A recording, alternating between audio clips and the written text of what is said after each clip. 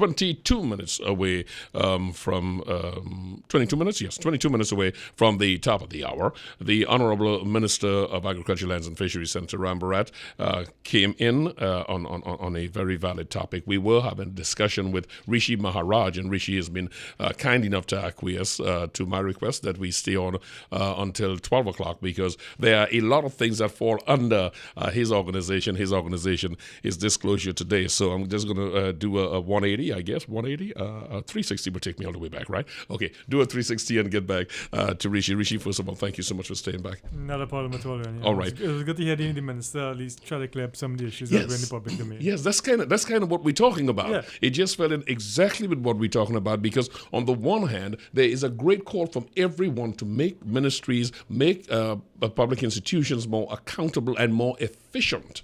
And in the case of these 67 workers, it is good to, because it not only it highlighted, he brought the reality of it, but he reminded us of his maiden speech he made on this topic when he spoke in the context of we've got a lot of square pegs and round holes. He was a little more judicious or artful in in his description, but essentially that's what we're talking about. Exactly, the whole idea of the right to clarification and to information, and putting correct information out there in the public domain, because somehow we seem to be, at least recently within Trinidad and Tobago, we go with a sound clip and then we let that sound clip dictate exactly how we respond to it, and not really listen to the clarification out there. That is why we have put together the program here called Brunch, because sometimes folks would like you to do a little bit of gotcha kind of a radio thing, and we go like, no, what we need a detailed discussion on things, and we need to take our time and make sure we get the view coming in totality, not just the song bite. Exactly. Someone referred to Trinidadians the other day as headline scholars. They look at the headline and they know the whole story and will give you the whole story, all twisted, but they will give it to you. Exactly. And we try to put this together here. That kind of tacks me on to another area, Rishi. Disclosure Today, your organization must be anxious, as a lot of people are, as to how long will it take a government to bring to justice folks they perceived who have wronged the nation and the treasury specifically. There is always the cry to bring justice, but I don't know if the patience that is involved in white-collar crime is considered. On the one hand, you want to see something done. On the other hand, you heard a lot of things happen, a lot of people doing what we call trinigram, which means everybody saying whatever they want to say.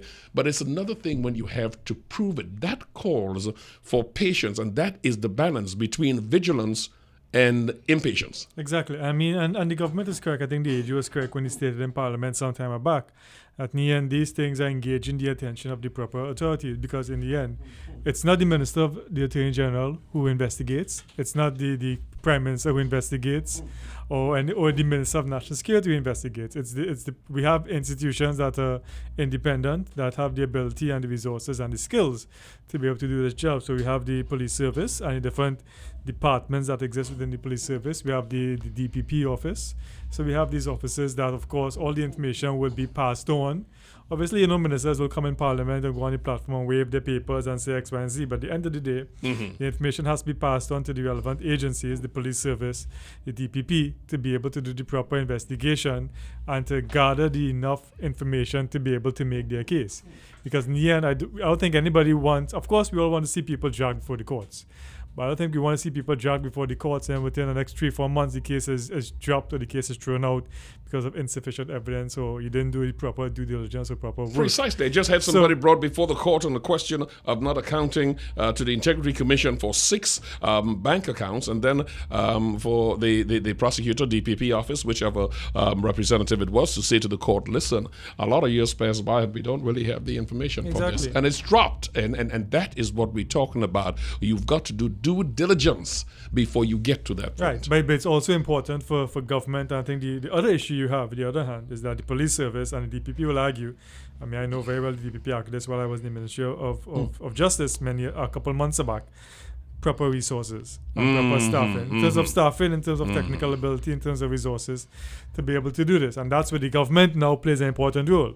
Now, the government doesn't investigate, but the government allocates resources to these agencies, entities, to be able to do proper investigation. So I think that's where we now need to have the proper balance of, yes, we have independent bodies, the police service, DPP, the FIU, the Integrity Commission, whoever they may be, to be able to do these investigations, but they must be staffed with the proper resources, either human resources, technical resources, financial resources, to be able to do their job properly. The Attorney General was chagrined, to say the least, at the the amount of money that the FIU investigated in the last year report as against years before that, where one would have expected that the agency, the FIU, would in fact have had more money passing through it, and as such, a possibility of more questions being raised. Mm-hmm. As an advocacy organization, were you equally as disturbed or concerned, at the very least, that the numbers passing through the FIU was in fact a lot less than it was the year before that?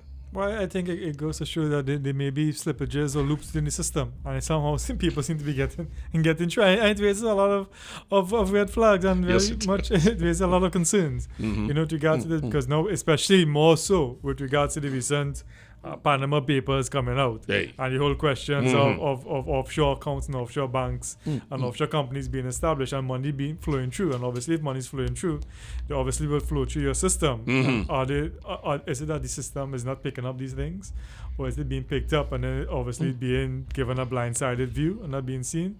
So obviously, questions and red flags must be raised with regards to this. 15 minutes before the top of the hour, Rishi Maharaj, we continue our conversation. I want to take into the last area this morning, Rishi, and this has to do with what was most people say a simple act, a simple amendment to an act that had nothing to do with spying. But then when you look back at what happened, let me see if I can get this right. I remember it was back on April 16th, I believe it was, Dr. Rudal Bunilal accused the government of setting up a macro spy agency when it came to the area of the Strategic Services Agency amendment. This is the SSA. And I mentioned that because after that, everyone seemed to run with this question, with this headline, with this interpretation, that the SSA amendment was in fact a spying bill, which it was not, because that is the Interception of Communications Act. Your agency, your organization, how do you go about bringing that clarity to people when other agencies, i.e. the media, the fourth estate, failed to do so? Well, I think it's about getting proper information in place, and this has always been a problem that every government has faced with regards to when they bring legislation before the House and distilling the information for the population to be able to understand. What the minister would have brought would have been amendments to the SSA. I think, if I remember correctly, some of the amendments dealt with removing certain, including certain crimes that would not have been there and stuff like that, and making some expanding and clarifying major crimes. Exactly, yes, right. And of course, it's obviously the SSA works with the Intercept of Communications, but there are two separate legislations, mm-hmm. and it was not dealing with that. But of course, we raise red flags and red herrings to be able to cause a case of disruption, mm-hmm. and not being able to, your right hand, you're looking at the right hand, but you're not seeing what your left hand is doing. So I think it brings about the whole idea of having proper clarity and clarification mm-hmm. to be able to understand and distill the information, and not run, like you said, with the headlines that exist out there. And I think that's something that all governments will have to face, and it's something that I think our organization is also looking at, the idea of getting proper distilled information out there, not to give our opinion, but at least put the information out there in the public domain, and allow people to then debate it in a proper context. Because I feel that is the area that is necessary here for an organization like yours and like organizations to take that Interception Communications Act, to take the SSA, which is the Strategic Services Agency bill, and truncate it. And give us the bullet points, not misrepresenting, not editorializing, but just give the bullet points so someone can in fact pick that up, and without reading the legal verbiage that can get the best lawyer frustrated. Mm-hmm. Without reading through all of that, you can pick up 2-3 pages, a summary of it, an accurate summary of it, and put that in the public domain, or have it available at your site where folks can then go and make sense of it. Those of us who are behind the bat, inside baseball as it were, or cricket, whatever, We know we look at every nuance inside of everything, but for the most part, folks got their lives to do, and we've got to find some way to succinctly present this. Exactly, and I think that's not also a failing not only of this particular legislation, but of most legislation that government put out there. That how do you now communicate it in a way that is meaningful to the normal man in the street? Because every legislation that government pass has an impact on us one way or the other. But somehow we don't seem to understand it or don't seem to take the time to read it. But it's like you said, some of these legislations, when you go through it, even myself, you have to look at it 2, 3, 4, 5 times to be able to understand it. How do we now package it in a way that people are able to understand this is what it means, is how it's going to impact you moving forward? With regards to the SSA, obviously there was I think though, a rightful cry with regards to how do we balance the work of national security to be able to do its job properly, especially in the area that we live in, with transnational crime, terrorism, and stuff like that, but still balance people's right to privacy. I think that's a balance that's still, I think it was blown out of context, maybe in certain ways and the other, but it's a balance that has to be maintained, and it's a balance most countries deal with. And I will go back, in my personal view, that I think one way to be able to mitigate this would be, again, the proper proclamation of the data protection legislation and set up the Information Commissioner, because what the Information Commissioner would have to do and will do in the legislation, if I remember correctly, is set up proper frameworks in place for public bodies to be able to collect information, proper information in terms of the way you hold the information, collect the information, store the information, disseminate the information. It deals with the whole idea of having proper privacy audits in place to see whether or not they're collecting private information, having proper systems in place. It's something that in literature is called privacy by design. So you set up your information, you set up your network to be able to collect this information, whether it's in a national security framework or a social sector framework or a health card framework or anything like that. But you have something called privacy by design, where you're always in your first thoughts, you think about what kind of information are we collecting here? Is it people's personal information? Is it people's sensitive information?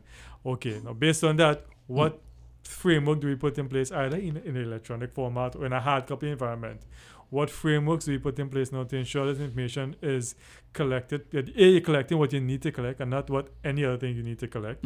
That you store the information properly, that people who have accessed it, have the proper protocols to be able to get access to the information. In certain jurisdictions, for example, in the UK and in Canada, something that they actually do with CCTV cameras and with other closed circuit cameras, that you actually have new technology that exists that allows you to be able to see shadows.